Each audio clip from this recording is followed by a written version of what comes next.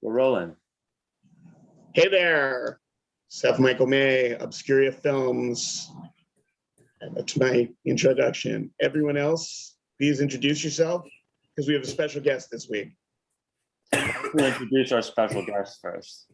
All right, I'll introduce our special guest first. Our special guest is director, actor, voiceover artist, film editor, sketch artist, drawing anyway. I like his drawings. Tony Arkin, my friend. Yay. Thanks for having me on the show, everybody. It's nice to see you all. Great to be here with you. And podcaster. And podcaster. I love that. Well, tonight I am. Yeah, but you have two other podcasts. You have but this is the show. The show in the moment is the show. So this is the show. Nice. Welcome. So thanks. Nice to be here. Cool, Awesome. man.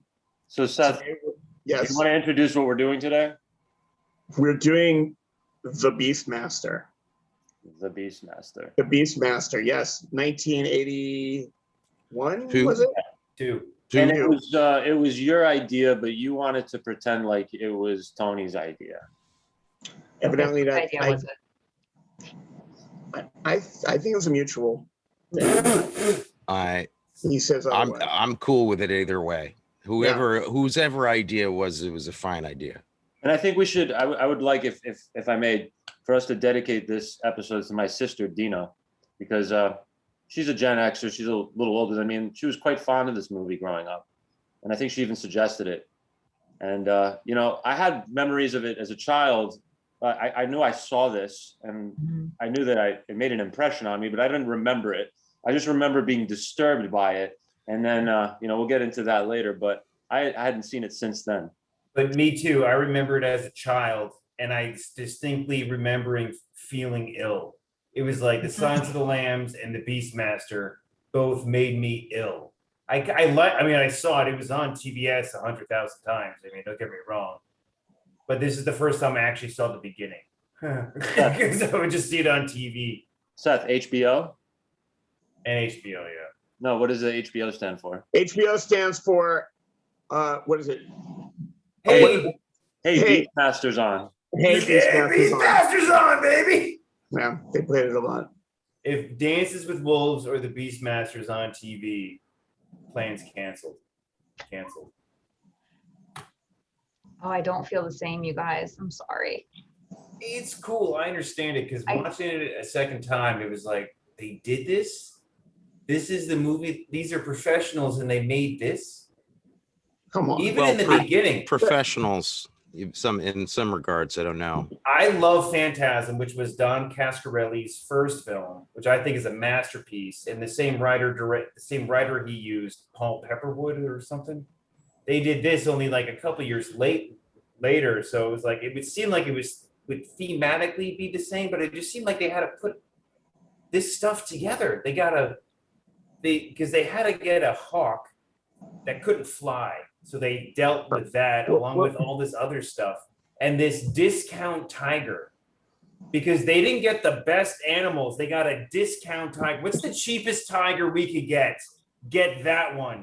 And then that goes to this. I just thought that was strange. They would do that. So no wonder they put whatever they could together.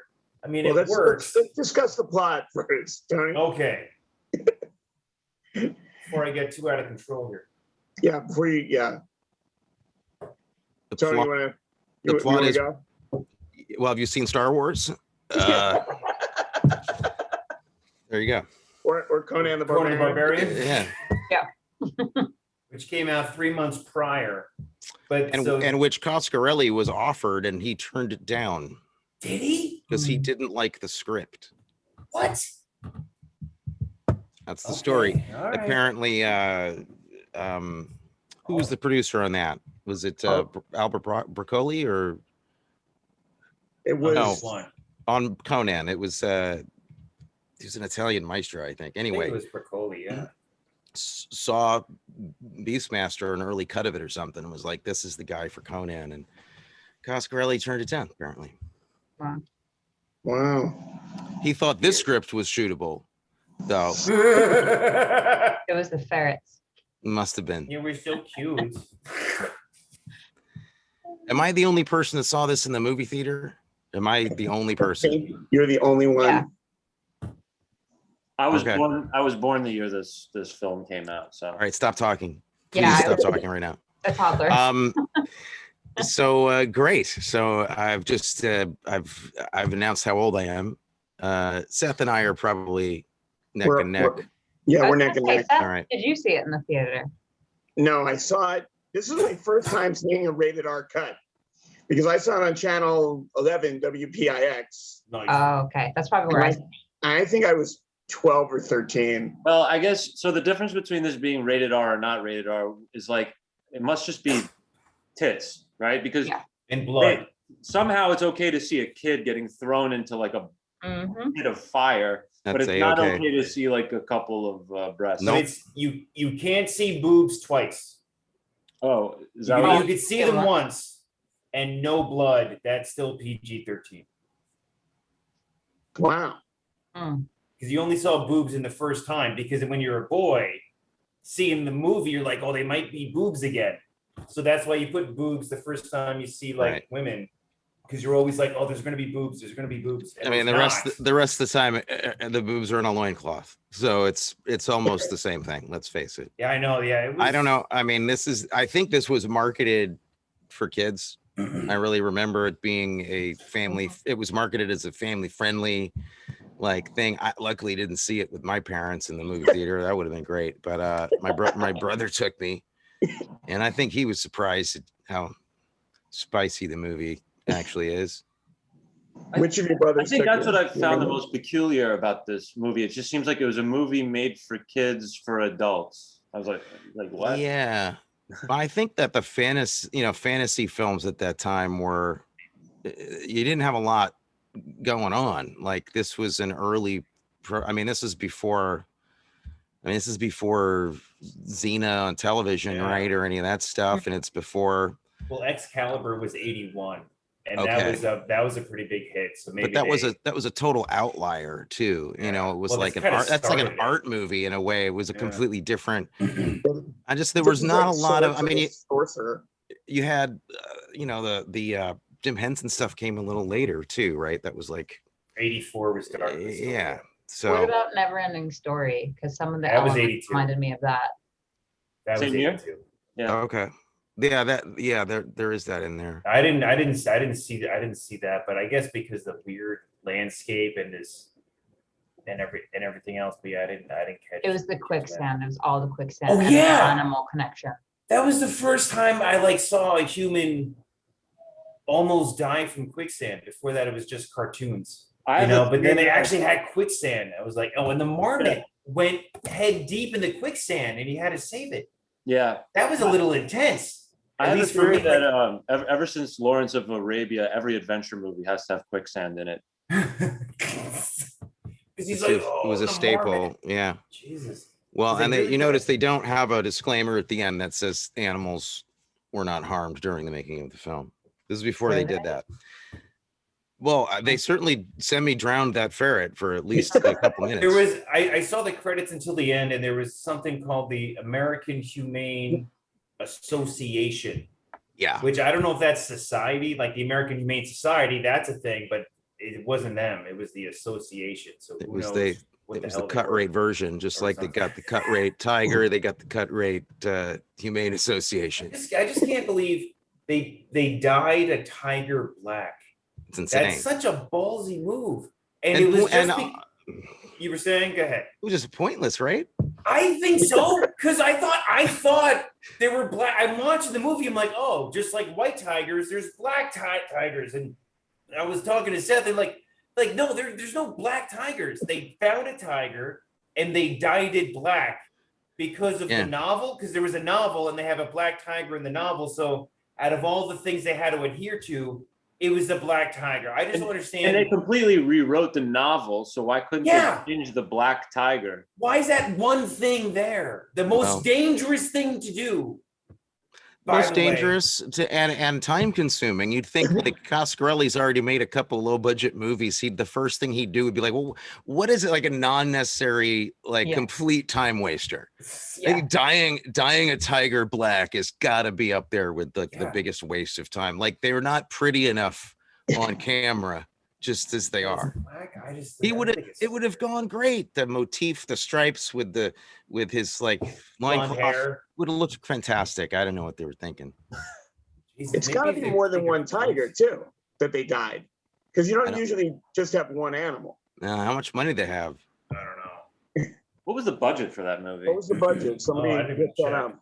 All right. I just thought it was so weird because watching Marc Singer act with a tiger, I was just on edge, not because of the scene, but because like, oh my God, that's a tiger. And he's just patting the tiger on the butt. I was like, what is this? I had to pause it. I called my girlfriend over. I'm like, just watch this.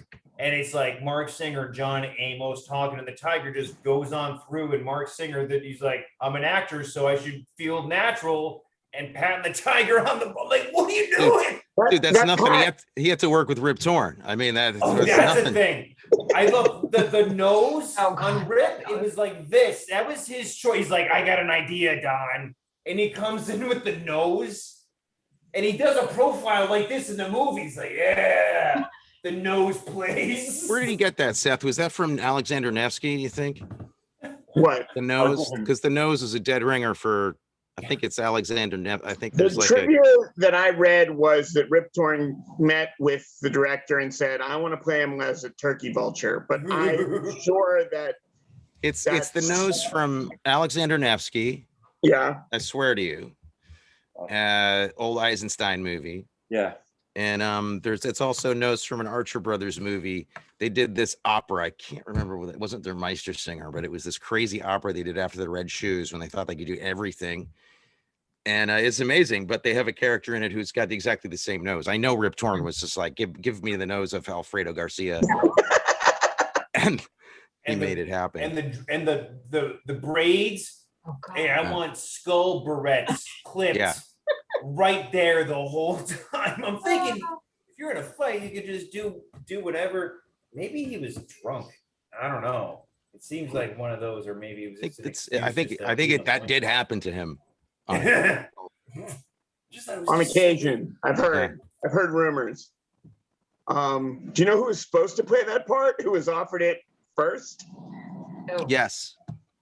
I Go remember ahead. that. That's an incredible Klaus Kinski. Klaus Kinski. Really. That Wow. would have Can you taken it. Oh, boy. Oh man. Yeah. That would have been a dangerous, too dangerous to say. Okay, I actually saw the movie and I have a couple continuity issues. So maybe Anthony. How long you got? Well, I'm sure there's. Okay, because it's, Before you do that, I just Okay. have to say I'm like with a lot of these kinds of movies that aren't like the types of movies I watch that much. Like I'm not a sorcery sword.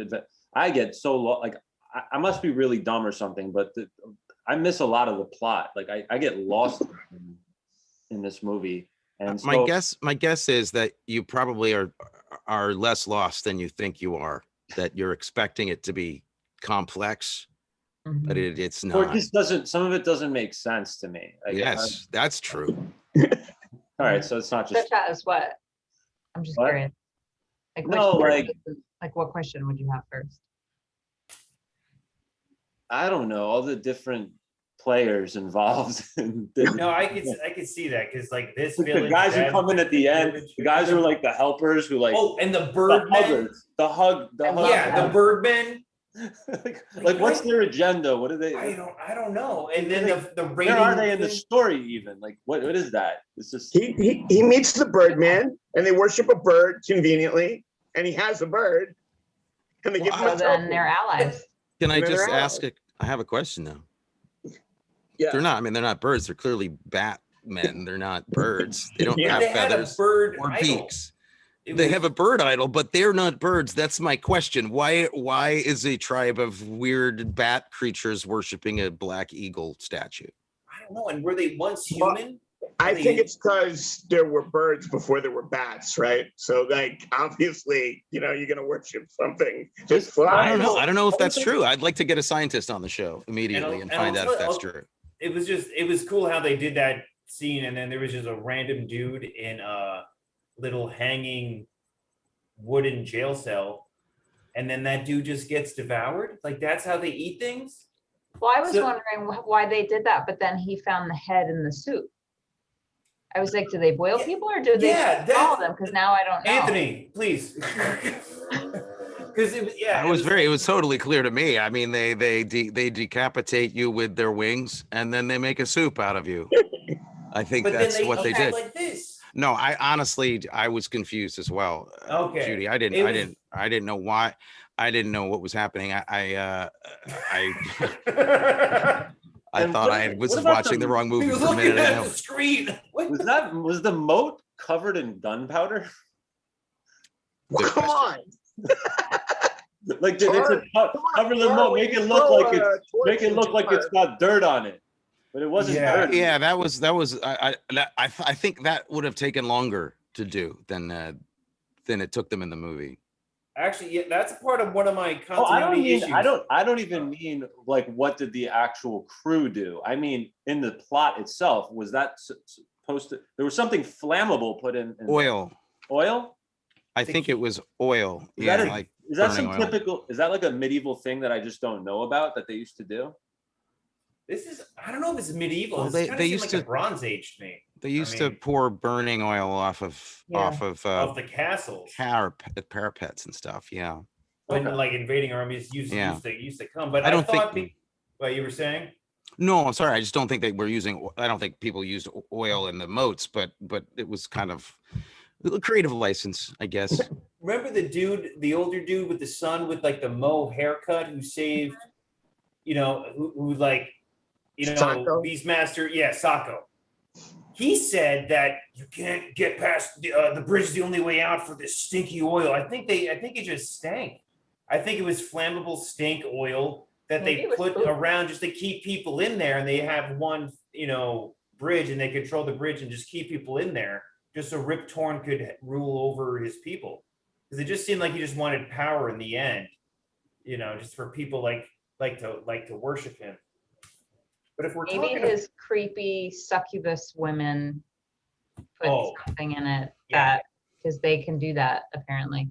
let's talk about that They're because that glowing The salty magic? men. The magic is awesome in this movie. it is. But as a kid, seeing a woman, a hot chick, in like a bikini, and then it pans up, and then it's like an old dude's face, like, "Ugh," that doesn't go well. That was upsetting as a 12-year-old. That was. I didn't understand that. It's like I'm going to get excited, and then Yeah. it's that, and you're confused. You're Similar like, to "Wait a that- second." Similar to the bathroom scene in The Shining, where Yeah. things go very differently than you expect. Speaking of The Shining, it's the same cinematographer. I know, That's which exciting. makes no sense. Yes, thank you, because I was hoping somebody would bring this up. The Yeah. man who shot Barry Lyndon And won the The Academy Shining Award. shot this film. But everybody's got to make money. I just don't. I really wonder how John Alcott dealt with the difference between Stanley Kubrick and Coscarelli. Like I'm sure there was some temperamental differences. I suppose, yeah, I could just see John Alcott laughing. He sees like John Alcott sees the Black Tiger for the first time, and he's like, okay, it's one of these types things. All right, doesn't even say a word. Well, I think this does answer one interesting question, and that is that it wasn't John Alcott that supplied any of the fantastic force perspective special effects in 2001 or any other movie, because that must have been Kubrick, because the force perspective set in this was the funniest thing I'd seen all lockdown personally. I paused it. And I'm like, what did they do? It's And- the tiniest village in the world. Yeah. And Marc Singer was selling it. I'm like, wow. I rewound it a little bit just so I could see it again. And so if I Yeah. could see the seams, and I thought I could, but I was like, good for them, man. They did it. But Why the chicks in the beginning kind of messed me up. All right, so I'm new to the show. I don't know if there's yeah. a routine here. I've seen the show, of course, and I'm a fan, but I don't know if there's like a general way it goes. But I just need to ask a question, and that is, what is it, Seth, that don't pass this off on me? Why did you choose it? Was it based on a conversation that we had, or is this actually a movie that you remember? Because I remember it from my childhood pretty vividly, but a lot of that had to do with Tanya Roberts. It's Who wound up on That 70s Show. She was the neighbor's wife. Good for her. Yeah. That's beautiful. yeah. Yeah. You and I were talking about movies that we like that other people kind of cringe at, Yes. and look at you like, why do you like that movie? And that was, I think, before we even started the podcast, we were talking like was the concept for the show. So, and I know you and I were throwing back names back and forth, and Beastmaster came up, and it's such an enjoyable movie. Oh, it's a big part of my childhood, data bank, definitely, and it's a lot of fun. I was curious if it was like an Orca movie for you. Well, I think I know why this movie materialized on this podcast or filmcast, what have you. I think there's a subconscious theme going on here, where basically every single movie we pick ends up being like a dreamlike, sort of incoherent nightmare. Like every single one. This movie was a movie that would play all the time, and I remember definitely discussing with two friends. I even remember the friends. It was Evan Valente and Caramel Horn, who now is a big comic book influencer reviewer, and we were discussing how we had never seen tongue kissing until that movie. We were in chemistry class in junior high, and then we were discussing how that first kiss between Tanya Roberts, not the forced kiss, the one where he's like, she leans in. Yeah. Send your cousin over. Convince me. Just, so that's why. I mean, it was definitely a big part of my childhood, and one of my best friends, when I said, "Oh, we're doing Beastmaster," he's like, "That is an amazing movie. It's so underrated." I was like, upon further inspection, you remember it differently. Yeah. Here's for the fans of the film. During in the beginning, when John Amos, Beastmaster, Tanya Roberts, and the other 4 slave girls, where they were running away from the bad guys, and they reached the river, and there's a little ferry raft, and there's a rope, and you pull, and the ferry raft moves, right? What happened to the other 4 slave girls? What happened to the rope? It's sailing in. No, they cut the rope. No, but when it's sailing in, originally there is no rope. Oh, I didn't notice that, but they did have 4 slave girls. They that pushed them over the side. That weren't there. Don't they push them over the side? No, they push over the 4 evil priests because they're trying to get away. They're getting arrows, and John Amos is like, "Get off the extra weight!" And Tanya Roberts sees it, kicks the guys. So what? This is another thing where they're just trying to. Maybe they had to wait till the next day to finish the shot, and those girls didn't show up to set because those 4 girls just weren't there. Sean, you know what it is? What's that? Sometimes you play Dungeons and Dragons, and the next week people can't show up, and the dungeon master's like, they're not there anymore. I don't know, something happened. That's what happened. That's why it really captures the role-playing game world. Well, I'm just saying, use it. Maybe they got killed by the bad guys. That's an extra couple of shots or something. I don't know. That was just one of my little things. No, that's a good point. The realism took a big hit when that happened. It just the believability index really started to tank, and those girls disappeared. I was like, I'm not buying this anymore. I don't know what it is. I think that moment for me was when the eagle picked up the child from the burning temple and flew away, and then they rescued the child somehow. We already seen that the eagle was a normal sized eagle. We already knew that. Yeah, I was like, and the eagle doesn't even look like it struggled at all. It was just like, and this wasn't a baby either. It was like a small 8-year-old. This is a large small child, and that was disconcerting. I gotta say, it happened for me even earlier than this. There's a moment before all the shit goes down where what are the bad guys called again? The hordes. The Jun Jews. horse. The Juns. The Juns. Juns. They're about to show up for the first time and sack his village and everything. And he's out on he's doing what he's like playing or farming or whatever he's doing. On the hill. He's farming, yeah. And he's got that beautiful white dog who's his best friend. And the white dog is like doing a Lassie number, is clearly like screaming. They're coming, like there's bad news. And he's barking. And Marc Singer, the freaking Beastmaster, is just like, stupid, crazy dog. That stupid dog. And he goes back to work. It's like 5 minutes. The dog is like, dude, they're over here. You don't have to be a Beastmaster to know that Timmy's in the well. I thought that was hysterical. He's not listening to his own dog, this guy. That was quite a dog too. Wasn't that the dog that was beautiful. like dragging a guy across the floor? Yeah. Yeah. It dragged him to safety. out with Again. an arrow in its chest. They dragged him That's out. my favorite special effect in the whole movie. Yeah. They just had hay and a dolly. And Yeah. Yeah.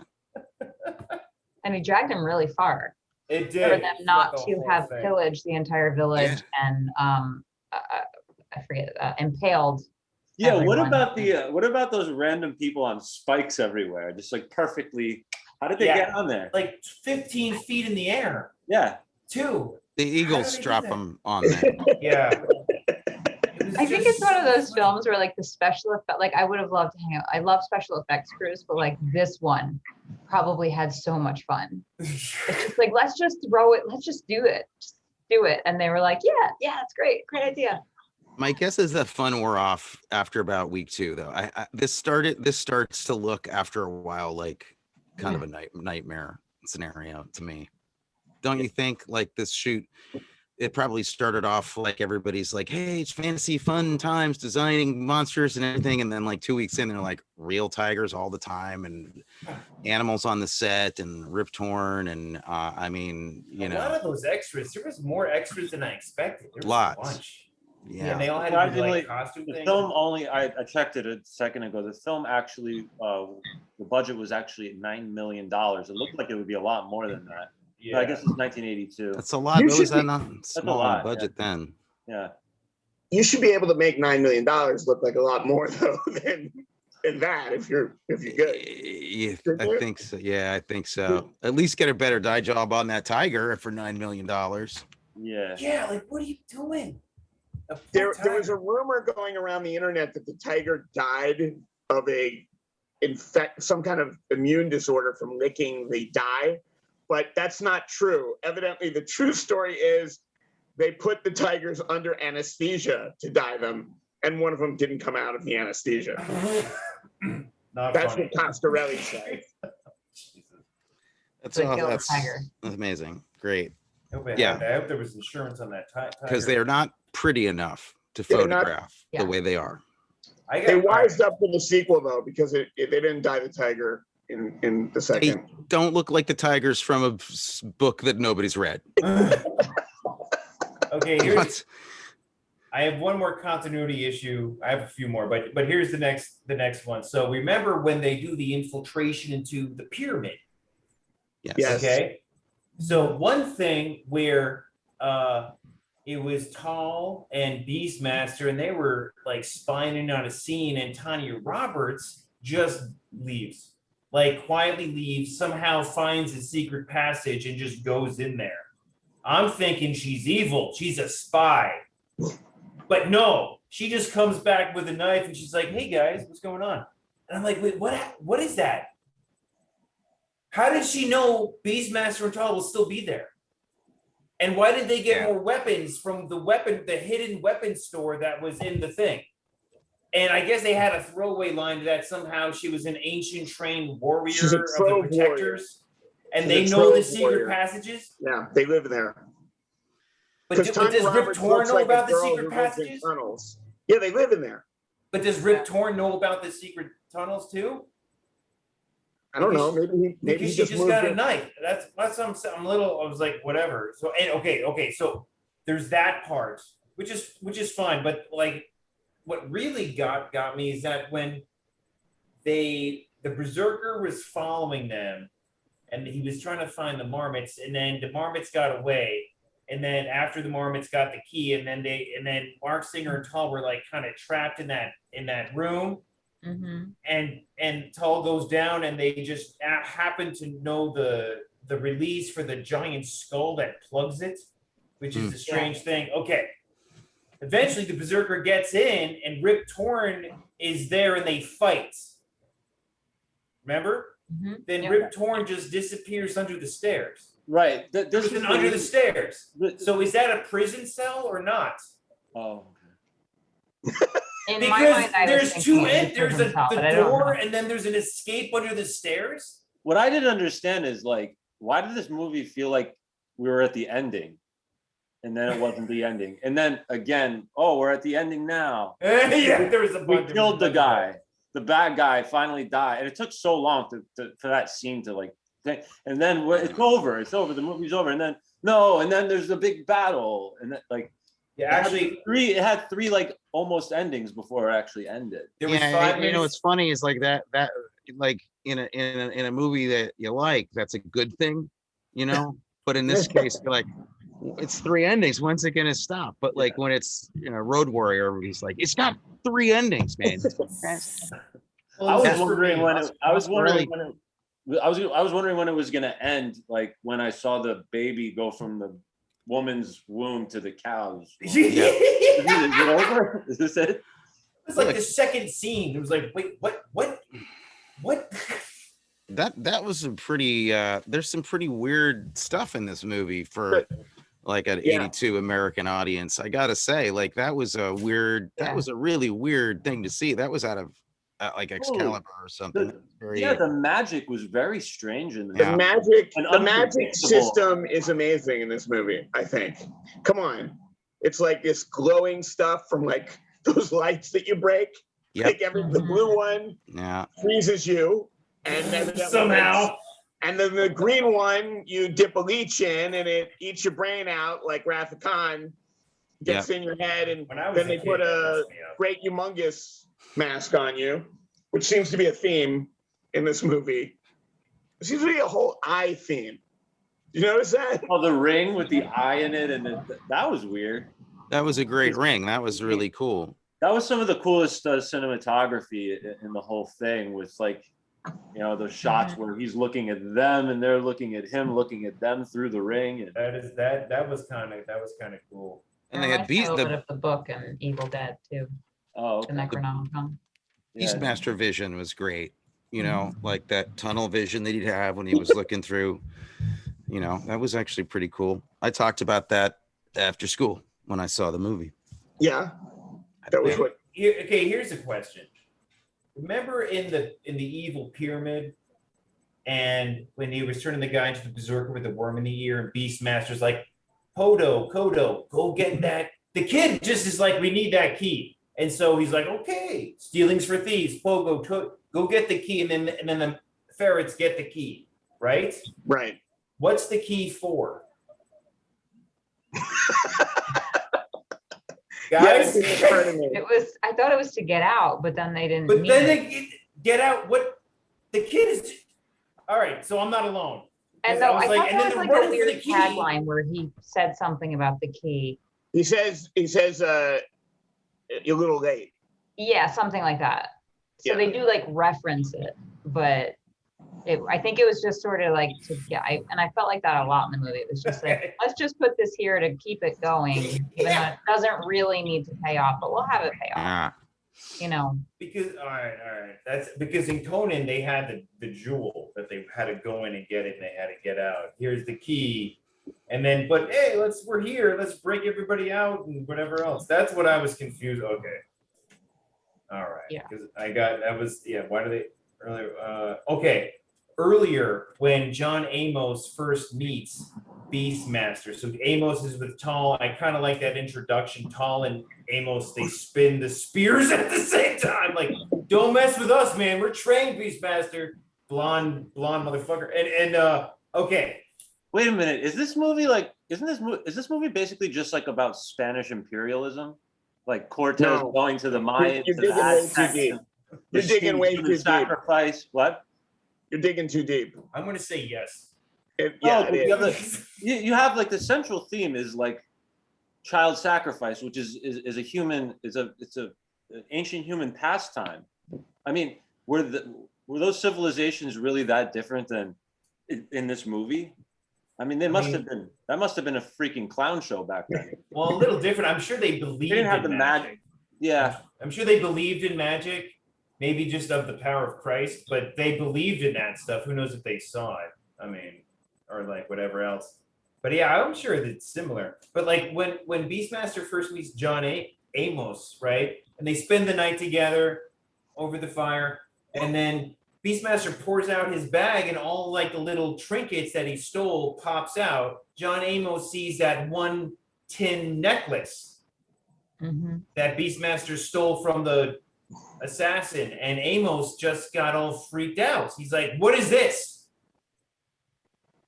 Why did he get freaked out? Because he knows she's a trove warrior. He knows that's his cousin. It's Tal's cousin. He's like, this was no slave girl. Yeah, that's another thing. But she was a slave girl. I was confused by that whole thing. Okay, that was I noticed it, but I was like, I don't know. Like stuff was cut out of the thought movie. maybe they'll. Well, I guess I thought she had been a warrior, like a warrior lady, and then was captured and made into a slave girl. So John Amos after doesn't know she was a slave. That's what I thought. Yeah, Okay, he knew her when she was kicking ass, and she was a warrior. Okay, so that's okay. All right. They don't really make good on her being a warrior, I have to say. No, I mean, no. they do make a thing out of it, and she looked like she was capable of like actually doing more kicking ass and stunt she work was than brave. they gave her. In the end, she got out. And why, when chicks in the 80s, when they were deadly, how come their only weapon was a dagger? Why couldn't they? I just wanted like a shield, like a sword, something else, maybe some armor or a helmet. They just give him a little. But there weren't any other. This was it. Dagger. This is all we had. This movie. There was I guess other. maybe they stole from this because it's like that dagger really goes with her outfit. Yeah, it pulls like, the whole guys, ensemble together. I guess, but I just couldn't like. Wait, if they all have swords and they're killing each other, why do they have to? Look. Why stop there? Why isn't he wearing a fucking shirt? I mean, I'll we're gonna tell you do that. You can see every muscle in that man's body, and I'm not gay, and I'll keep it like so that. Fat watching this movie. I didn't feel fat when I was a little kid watching this movie. Yeah, but now. Because you're thinking, when I grow up, that's how I'm going to look. Every muscle, sweaty, blonde, going like this. But look at Judy. Look at Judy. No, I'm thinking I'm watching them both, and they're like so fit. And I'm like, these people are probably like size 0. They're like this is not reality at all. I just thought it was funny. When Beastmaster gets the sword, he climbs the mountain, and there's music, and he just goes like this. And all of a sudden, he's good with his sword. It's the worst training sequence. I mean, honestly, that made Highlander look like. Yeah, because when I was a kid with a stick, Strangelove. That's what I did with a stick. But that's what I was wondering too. Look at Judy. Do they all talk about it? Like, did they coordinate in the studios and be like, if you're gonna do Conan, you have to Schwarzenegger. His arms can't go back. His arms are too jacked. He couldn't even do it, but they still know it's the rules. You got to swing it. It's the rules. It's the same exact choreography. I think it's just a sign of the times because it's like, I forget which movie they talk. Oh God, I'm forgetting the name of it. American Psycho, where when he talked about getting the difference in roles of getting jacked to look good, which is like what this movie is, versus getting jacked to be physically adept to do it, which I think is more people know now what that is, but back then that's a whole other conversation. I just meant the pattern of the sword going in the same direction in the movie. But yeah, no, I hear what you're saying too. I think that like he's sort of like a kind of a shredded Jewish version of Mark Hamill or something. I mean, if we're going to talk seriously about it, I think it's interesting if you're going to talk about difference in body. I mean, this is before growth hormones, so the body types are totally different. I mean, Marc Singer was just in great shape. Like that's just the guy who's in perfect physical condition, like pretty naturally. And Katsu now, where, they're all juicing like crazy. It's a growth hormone. That's what football players use. Yeah. Makes your head grow. Well, yeah, you can't get that big You just Otherwise, can't. yeah. Most people can't get that. Most people can't look that way naturally anyway. But so that's a weird kind of thing. Yeah. That difference. But what was hysterical was I was watching with Isaac, and he teaches functional patterns and like how to like free up your body. And he's like, "Oh yeah, you know, his back is completely compressed." I'm looking, I was like, Yeah, that's so fast. Kyphosis, lordosis, and scoliosis. But you know, most people don't notice that because they're too distracted by how like shredded and defined his I muscles are. was every time. I didn't know if he was a good actor because I was like, look at him. His movie. That's a beautiful man. Yeah, he was very stiff in his movements. But honestly, I did keep on like thinking how great this movie would be if they had cast David Lee Roth, though. that would have been amazing. I don't know if David Lee Roth could have pulled off those crying scenes though, with the tears. With the, trust me. Diamond Dave could have fucking done it. He could have done it. Just give him women afterward. He's like, I gotta do what to get laid? I'll do it. He would have cried. I also thought Kevin Bacon would have been an interesting choice. He kind of reminded me a little bit of Kevin Bacon in moments. Because early Kevin Bacon was like optimistic, almost whimsical. Yeah. I could see that. Here's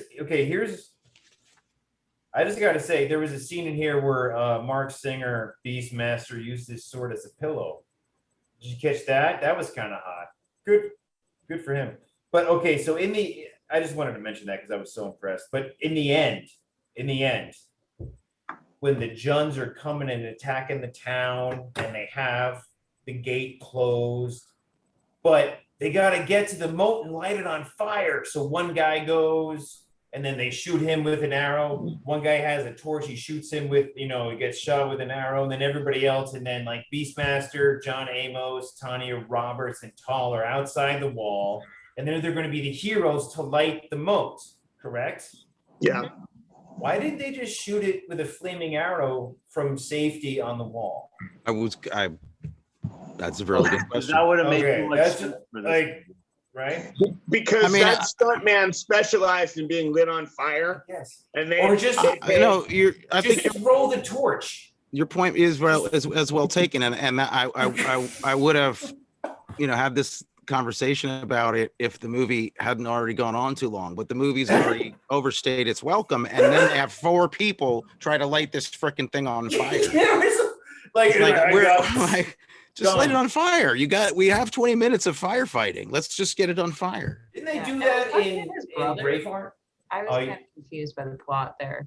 Which one? The little kid. Is that like technically his brother? Because it was like, who's supposed to be the king? Like he's the forgotten. It's his half brother. Also, his younger half brother. Yeah, I was did he know it was his brother, or he didn't? But then John Amos Rip Torn reveals that the guy who's trying to banish him is actually his father, and then he realizes take out his eyes too. I felt like very confused at the end. I just sort of was like, yeah, I get it. Why did he put the bandana around his eyes in the first place? Because they he didn't took have his eyes. eyes. What? Well, sorry.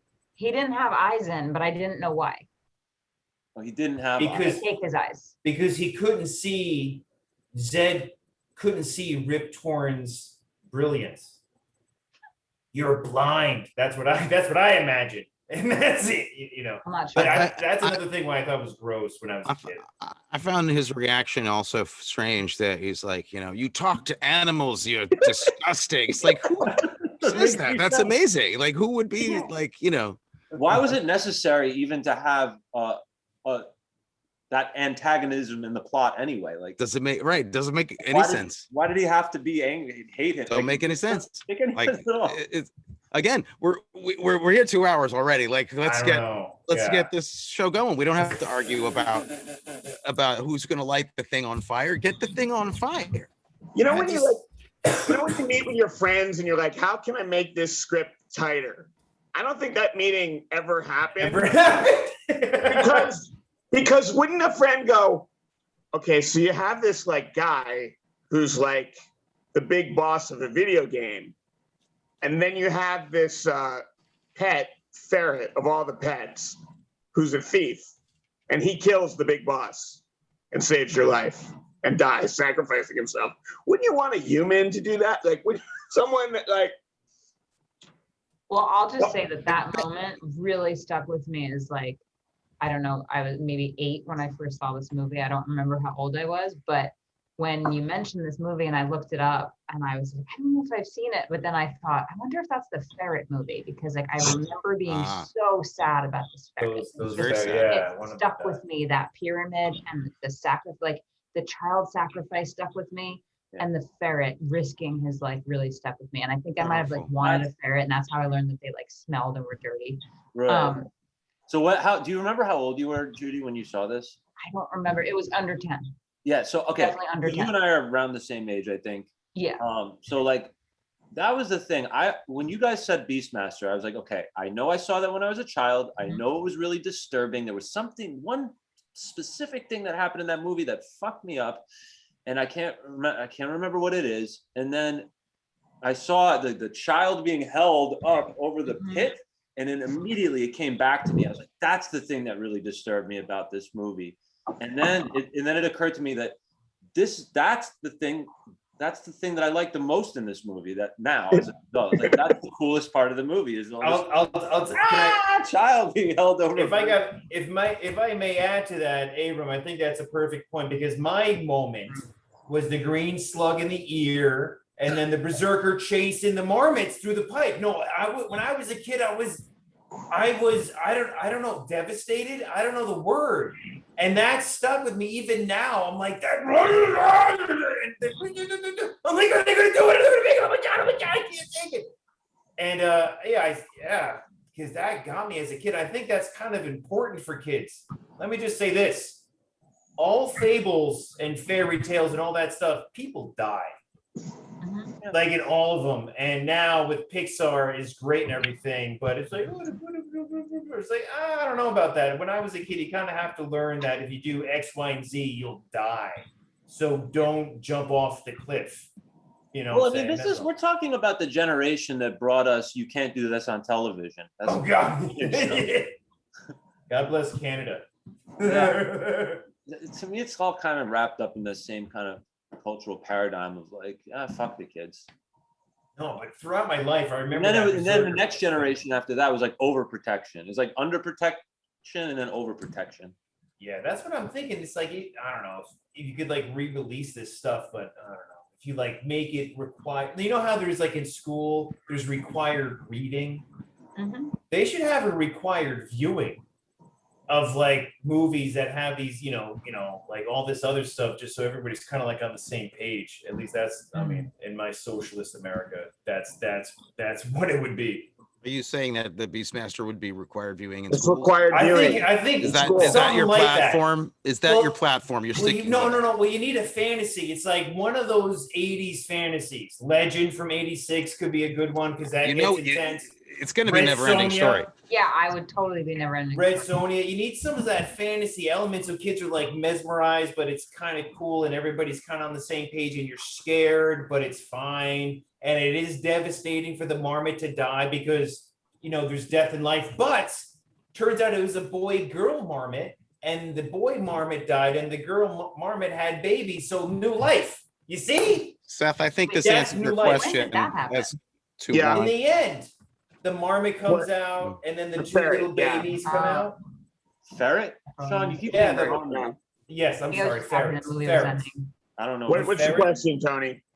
No, I just think it answers your question about why they didn't have a human do it, and that was because at the end sacrifice him or herself. I have another question. The ferrets were the most developed characters in the movie, so it was the biggest loss. Let's face it.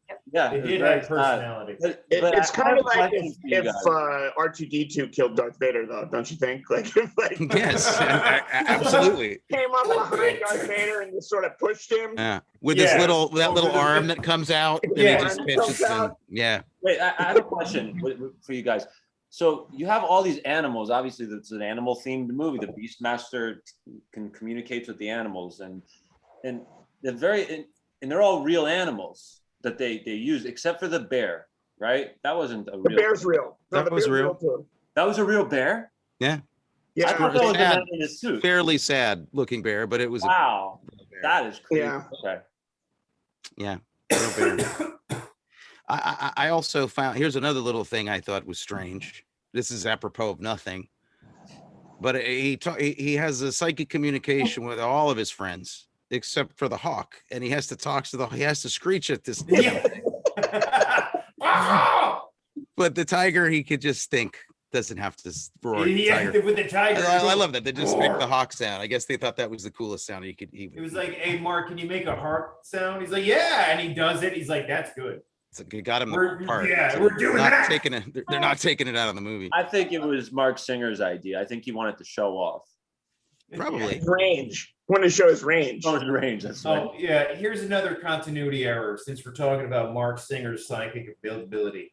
In the end, couldn't he control the thoughts of any of the evil horses? The bad guy. Yeah, I was horses? thinking the same thing. Couldn't Yeah. there be like one dude where he goes in? And because what's cool about this movie is that you don't think he's going to win because he's smaller. He's always kind of losing the fight. He wins in the end, but I'm like, wow, is he really going to win? Because he's not winning the fight. How is he going to win? And I thought that would be like a strategic thing. He's like, I can do that, and then the horse goes like this, Yeah. or whatever. First But thing that would be didn't to put happen. on some clothes, I think, if you were in the fight, but that's just me. Yeah.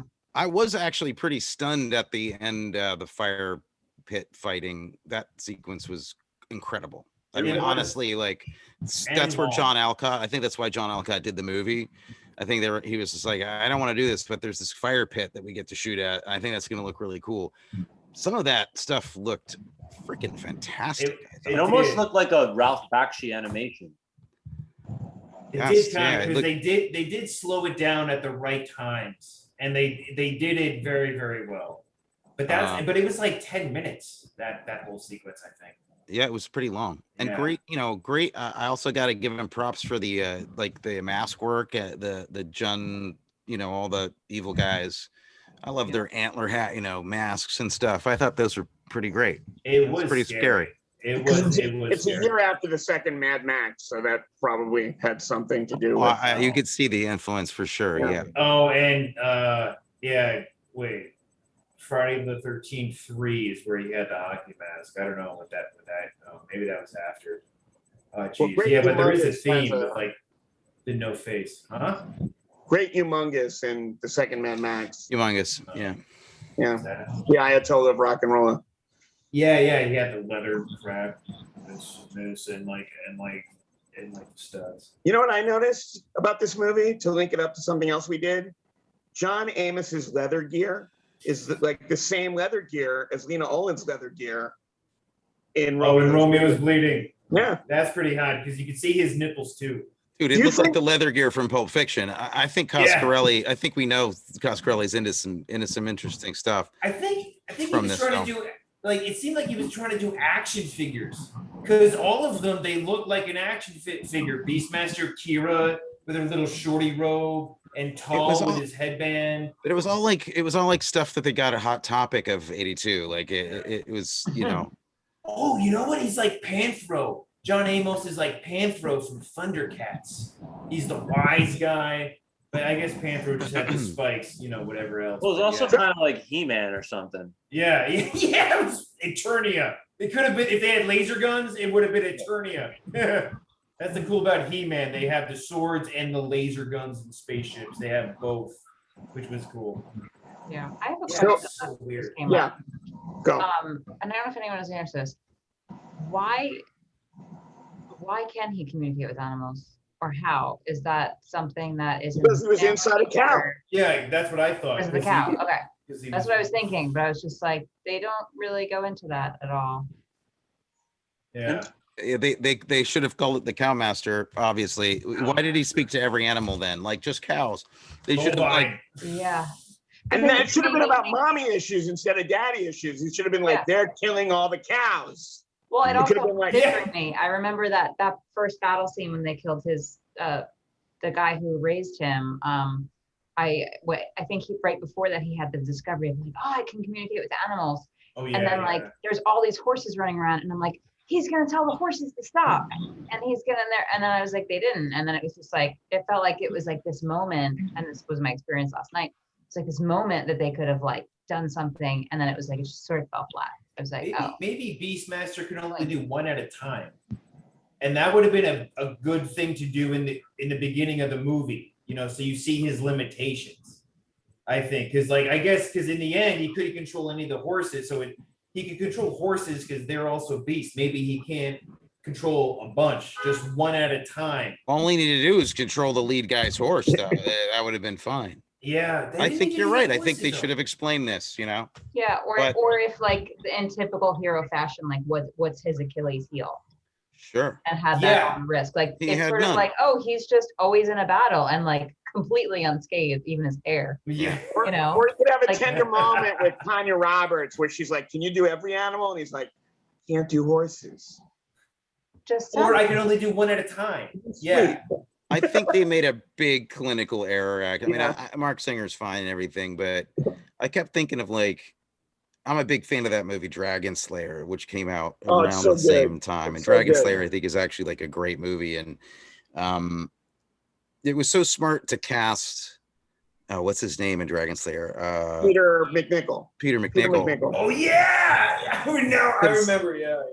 There's Marc Singer shows up, and at the time you're like, this is the most cut dude I mean, he's perfect. And you're right, there's no Achilles heel, there's nothing, he's completely impervious. And I think that there was no reason not to have this guy be like a little nerd who liked to talk to animals and have the animals do the heavy lifting for him. I thought, wouldn't that have been a much cooler idea? Peter McNichol in Dragon Slayer, he was like, somebody like that, just like a regular guy who was barely alive. Because he's a farm kid. Like these aren't, he's from an agricultural society. Yeah. And they get attacked, and then everybody dies, and now suddenly he's like a Beastmaster. He has no swordsmanship. It's like just from doing this on a mountaintop, he just knows swords. At least Conan, trained with the Eastern masters. Hell yeah, Abram. I don't Conan the know. Destroyer makes sense. I mean, this made the training sequence in Highlander really look like a serious boot camp. Yeah. He goes like this, and Sean Connery's like, no, like this. Oh, it makes all the difference. It's like golfing. It's just one little. No, you got it. You're on it now.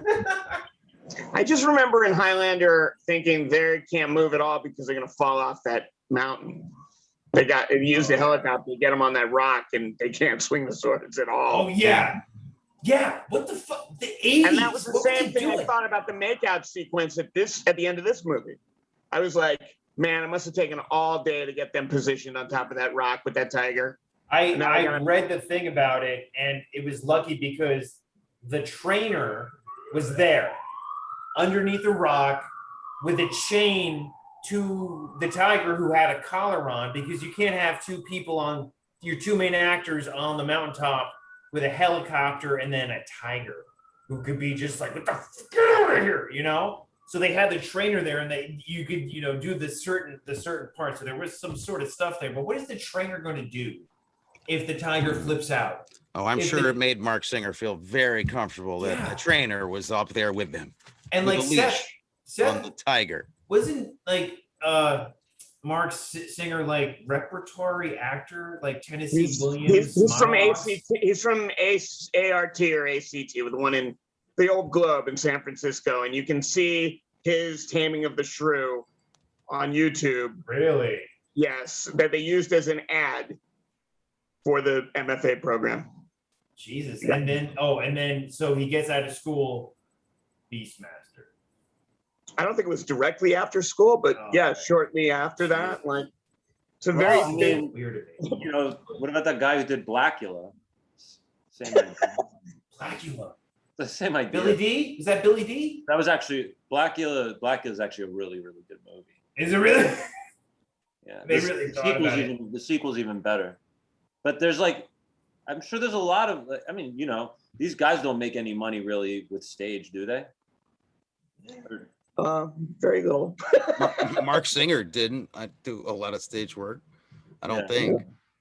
Yeah. I just think that's just so funny. It's like you're doing Night of the Iguana. Oh yeah, Genesee Williams, and now you're trying to not get mauled by a tiger. It's like, should I pat it on the butt? Blah blah blah. I just think that'll make a good GIF. In the beginning, the tiger walking nervous and acting around the animals. If you really watch it, there's a lot of like. I think some of those pats are like, get them to move because we need this. This is like take 23. oh, all right, because the tiger was there a lot in the beginning. That tiger was just there in the beginning. I had to act with a miniature horse once, and it was a very long day. So like, Was it? Me too. yeah. I want to see the outtakes of Marc Singer talking to the ferret after he rescues him from the quicksand. I just want to see. just ad It must have taken like 20 takes to get that right. I get like it was just that 80. Oh, you hear that? There's a biker gang out my window here. Oh, nice. But it has all that 80s cheese that somehow is timeless. But it was like at the same time, I was 5 minutes till the end of the movie, and I was like, you know what? I got to take a break. And I had to pause it and do something else. Because it was, I don't know, just even now is like kind of rough. Maybe I have to be a kid or something or whatever else. I think you have to be a kid, right, Tony? Like you have to like be a prepubescent boy.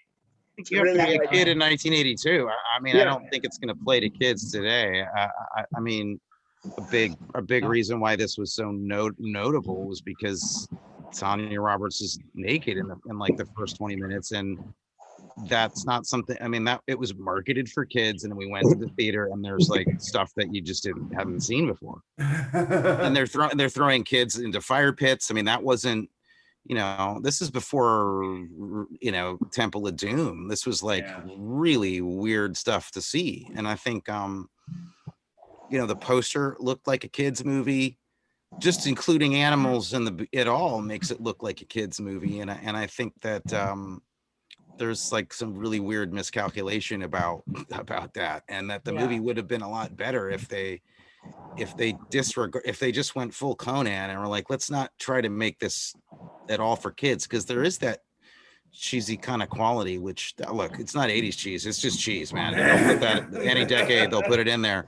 And there was plenty in this. But I think it's notable for that. I think it's notable because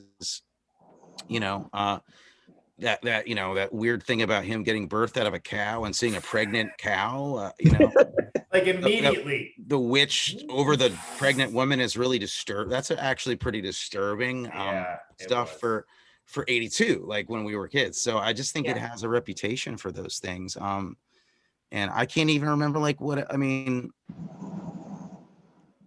I haven't looked. I know Tanya Roberts did other stuff. What else was she known for after this? Okay, so she was she did the 5th season. They were hoping it would boost the ratings of Charlie's Angels. That's when she came to. Oh, and she was an angel? She was an angel on the 5th season when they just kept trying to fix the show. And then she was a Bond girl. She was in Roger Moore's last. A View to a Kill, right? She was in A View to a Kill. That was before this? That was 85. That was 85. Okay, yeah. Coming up on close to a little over an hour now. Do you guys think we should wrap it up here? We can find a ending to it. I wanted to ask Tony if anyone, any of his brothers or him, ever acted with animals, because I know you have that story about meeting the chimpanzee. Yeah, I didn't. My dad was working with a bunch of animals in this one crazy movie called The Magician of Lublin. It was a Canon Film Group movie, and it was also directed by Menachem Golan, believe it or not. It was like literally, yeah. And so it was full crazy. Like it was completely insane and dangerous, very, very dangerous production, like late 70s. And there was a chimp. My dad plays a magician in the movie, and he had a chimp, of course, like all magicians, of course, have chimps. And the chimp was named Bella, and Bella was adorable, and I loved Bella. And Bella actually grew up in the course of the making of the film and went from a chimp that you could play with and keep on your lap and mess with, like just play with like it was a baby, to a chimp that you weren't allowed to touch. Because they're strong. They're like, one chimp is like 10 men. Yeah, they will kill you. They will literally kill you. And so they grow up fast. And so when they had become adults, and they still look kind of like a baby, they're like, the owner's like, yeah, no, the handler's like, now you can't talk to Bella anymore. So, but there were no bad incidents there. I don't remember anything negative with any of the animals on that. And I know Adam's worked with animals before. I did get a chance to meet Doug Seuss, who trains animals for movies and trains grizzly bears and wolves and stuff. And he trained the bear in the bear and all the bear, like the bear on the edge and all the big grizzlies. That was Bart. Bart, yeah. And so I got to go to his compound and meet him and meet his bears and his wolf pack, and that was really amazing. It gave me a lot of hope that if somebody like Doug is working on the movie, then the animals actually are getting well taken care of. It's not just a guarantee that animals are getting abused like they did back in the day, I think, a lot, but I think they killed a steer in Apocalypse Now in '79. Well, that was a tribal thing, though. They shot that as a documentary thing. Yes. Okay. But I mean, it's still somewhat questionable, maybe. But it was not a staged event. This tribe was actually going to do this anyway, and they filmed it. But Tarkovsky, I must say, I learned recently, is an animal murderer for films, and really? That didn't make me really Russian happy. guy. That's Eastern. You know what's so interesting about that? Soviet. Yeah, Tarkovsky's like a huge animal lover. I mean, Well, apparently not. No, I believe you. I mean, he had a deadline. Yes, that's what he says about himself, I think. But the truth is, he straight up murdered a horse for one of his films. And apparently Lars von Trier dedicated Antichrist to him as a fuck you for that, and says, I will always hate you because you murdered a horse for your films. Jesus. Wow. It's not like Lars von Trier is, right upstairs either. Yeah, but I don't think he killed anything to make a movie. No, I don't think he killed anything. But it's like Tarkovsky. I mean, I want to say it again. That was communist Russia. He was on a deadline. He needed results. Otherwise, He actually, he got anything he wanted. Tarkovsky got a lot of, they let him kind of do what he wanted. When we're talking about Tarkovsky, I think Stalker is overrated. I never saw it. I think it's underrated, frankly. Who talks about it? It's not, nobody rates it. A lot of film dorks, they always talk about it. I'm like, oh, okay, this is a good movie, right? A classic. Let me get it. I rented it. I tried watching it. I'm like, what is this? And I turned it off because I'm not going to watch dudes walk around in the forest like it's some sort of Samuel Beckett thing for 2 hours. I'm not doing that. So, I did it. I liked it. I think you should give it a try. He's just, all right. I guess. Yes, we have another film for the future. Oh, man. What's that? Oh, Seth, Sean should have his own podcast called Everybody Rips on Sean. Yeah. I dare you. I dare you. He gets upset. It's great. It's the best thing about it. Yeah. Seth, I kind of want to pick some chick flick because there's been so much testosterone in these movies. I just feel like it's like prepubescent boys from the 80s films. And you're next, right, Judy? I was going to do a rom-com for my next. I was going to do who was the last one? I don't remember. Wizards. That was the last one. And then, no, Sean was last. Was it you? Yeah, I did Romeo's Bleeding. And then I guess this is Seth's turn or Anthony's turn for Beastmaster. So this is a special guest one. A special guest, but in any event, yeah. So I went. So I guess Judy's next. Am I next? Yeah, it's been Seth, me, Sean, Judy. Yeah. Okay, I'm gonna have to think about it. I had one in mind, but after this one, I was like, I feel like we need some estrogen. Yeah, I'm gonna do a rom-com next, definitely. Okay. Romantic comedies is my thing. Believe it or not. Yeah. Oh, look at my shirt. Golden Girls. There you go. Nice job. See, I have an underbelly. I'm tender inside. You know. Can you link one of the Golden Girls to John Amos? Can you?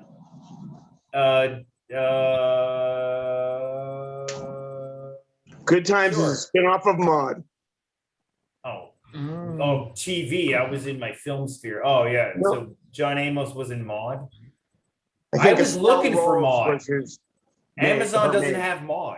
I was surprised. I wanted to see some Maude. I did have a hankering because my girlfriend's going through the Golden Girls episode by episode, so I dip in and whatever else. Anyway, so thanks, Tony, for coming on and dealing with the chaos. It's a pleasure. Show. Always love to talk about movies. Oh, and always fun. Check out Tony's podcast, Arkin Brothers, which is Wednesday nights, right? Wednesday nights on YouTube live, and then we drop the thing on Apple Podcasts the next day. So it's you can listen or watch. And then Paranormal, which does all kinds of Rated P for Paranormal is the other show, which I do with my friend Maddie Blake. So we've got Rated P for Paranormal. I actually started listening to that podcast before Seth even told me about it. Oh, cool! Oh, wow. Awesome. Thank you. That's nice to know. Thank you. So P for Paranormal. And then what's the name of the YouTube channel for the it's called Arkin Brothers Talk About Movies. Arkin Brothers Talk About Movies. Go check it out, guys. Thank you. Yeah. Wait, one last thing, Anthony. If you like movies, you'll love Romeo is Bleeding from 1993. I dare you to watch it. I saw it in the theater. Right? No. Abram didn't like it. No, I'm kidding. I'm kidding. I just wanted to say that. That movie gave me nightmares. Yes, it did. And it was like I was actually like in my dream, like lucid dreaming. I'm like, I know this is a movie right now. The whole thing was just like, you're fucked. You're fucked. Wherever you go, everybody's coming out of the woodwork, being like, everybody. That movie felt like a drug I didn't intend to take and didn't necessarily want to have in my want system. A T-shirt. I want a Romeo's Bleeding T-shirt. Okay, Anthony, I just wanted to say that. Thank you, everybody. There is one last piece of trivia. What's the that? negative for Beastmaster is missing. That I heard. Oh, ouch! Oh. It's a 35mm print, and the director is trying to find it. So if anyone watches this. And so is the sword. To America, I'll tell you. What? The sword was stolen too. Sword is also stolen. I read that. I bet Rip Torn stole it. I think you're right. Right. He showed it to Tom Green on Freddy Got Fingered. Okay. All right, so Judy's up next. We got to think on that one and then let us know. So it's a big surprise. Yes. What we're gonna do. Awesome. Rock and roll, guys. See you. Okay. Thanks, everybody. Great to see y'all. Thanks so much, everybody. Bye. All right. Later. Later.